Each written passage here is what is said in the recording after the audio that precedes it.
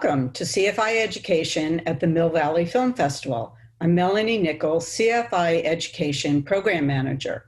I'd like to introduce Katalin Egely, joining us from Budapest, Hungary, who directed, designed, and animated the multi-award winning film Land Without Evil. Welcome, Kati. Welcome. So you're in Budapest now, but you didn't make this film in Budapest, right? I did. Oh, you did? Yeah. Okay. Yeah. Did you spend some time in South America? Yes, I spent 2 years there, and just right after I came back, I made this film.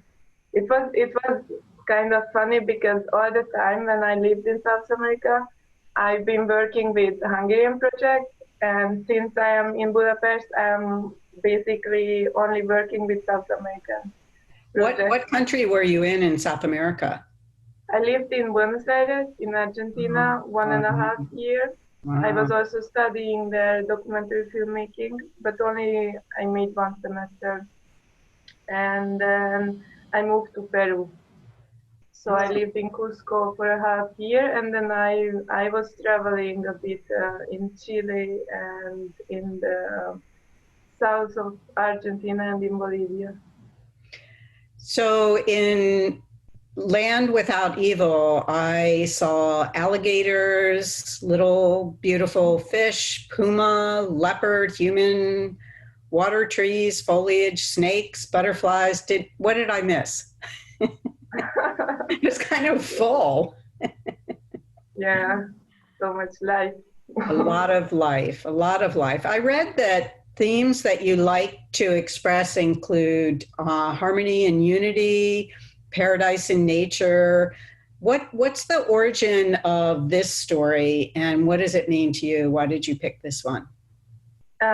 I didn't really pick it. I wrote to the musician maybe a year before I made this project with them, and they just had this new album that they recorded in Paraguay, because the singer girl is from the north of Argentina. Is the same zone where people speak Guaraní.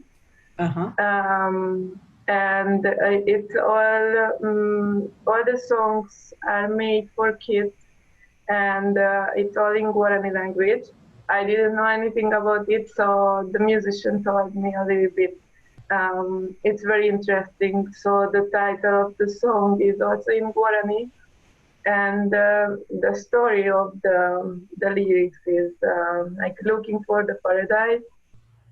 So I was basically, let's say, illustrating it. And always when I am starting a project, I am looking for inspiration, and I like to use the original art, or like not copying, but at the beginning using it as inspiration. And it was super weird that I haven't found any like paintings or any objects from that culture, and it's because for them everything is just like telling stories and singing. That's all of the art. They don't make much objects. So also singing is like medicine, and that's why only kids can sing, because they are still clean, and the shaman. So they also used, they've been there recording sounds from the nature, and they use it in the music. And then, yeah, I've been reading a little bit what I could find in Spanish about Guarani culture, but it wasn't enough information, so I had to add also my point of view. Mm-hmm. And did you always enjoy drawing and art making when you were young? Have you been doing it since you were a child? Yes, always. Since I was born, basically, I was always drawing. When I was a little kid, I was drawing with both of my hands, and then I had to decide which one, and I chose the left one. And I also really like playing music. but there was a point when I had to decide if I wanted to study music or art, and I stayed with art. So, but music is still something I love very much. That's why I'm making music video. And what were the different mediums and techniques that you used in making Land Without Evil? I know I noticed paper cutouts, but you work with lots of different materials, don't you? Yes, it's basically paper cutout. Like first I painted everything and then I cut. And I also used wire sometimes, like between two papers, there's a tiny wire, so I could move it a little bit. I could animate more the object, and also I wanted a little bit more three-dimensional thing, also with the lighting. But now I am amazed after years. How could I make it? It was really, really small, the set, like maybe this size, the glass where I work. So the objects were super, super small and a very low budget movie. That was was that your first film after school? Yes, the first cutout film. Oh, the so first cutout. It was the first time when I tried this technique, and yeah, maybe like the first short film that I directed was, because I made many before, but with more people, or just I made some little animation for documentary films. And what is it that you love about animation? How did you start doing that, and what keeps you kind of engaged in doing that? Yeah, I really clearly knew when I started to learn animation that I loved it, because it's so complex. Like, you're working with time, with sound, with the design. You have to make your actors also. You have to design the movement, everything. So I am this person that likes to make many things, and I can get bored very easily. So it's perfect, because when I would get bored of something, then I have to change and do something else in the same process. So it's always a big challenge. You said that you love music also. Do you ever play the music in the films that you've worked on, that you've done, that you've made? No, I stopped making music when I was 13. that was my career.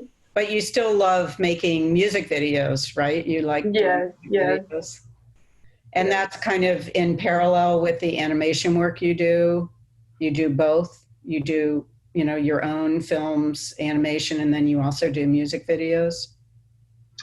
But usually, when I make music videos, of course, the musicians pay me, so they are hiring me. Right. And yeah. And then in other cases, when I have to make a short film, usually the sound is ready, or someone else will make it, and I can choose it. But when I can choose it also, like I made 2 festival spot films, or in cases like this, I still ask music from the same musicians, because I really like them. So. Mm-hmm. What kind of advice would you give to young people that love drawing and, are interested in animation? Well, if they are interested in animation, they can make this very common thing that they just draw in how do you say? Oh, like in a little book. A flip. Yeah. And it's like a miracle when it starts to move. Yeah. This one. I mean, there are so many ways to make animation, and now it's very easy, because you need just a cell phone, and there are many free applications for stop motion also, so they can make pixelation also. I always say when I teach animation that you don't actually have to know to draw, because you can move objects, or you can create puppets, or you can even like invite new techniques. There are many ways to make animation. So what are you working on now? Now, I'm working on like an interpretation of a chapter of a book from Castaneda, this Don Juan story. Uh-huh. It's a big challenge. It's not an easy story to interpret. And I'm also working in an own project, which will be a completely abstract animation with watercolor. And for those projects, are you using similar techniques, cutouts, painting, or something different? Yeah, it's one is painting, it's watercolor, and the other one I'm drawing now on paper.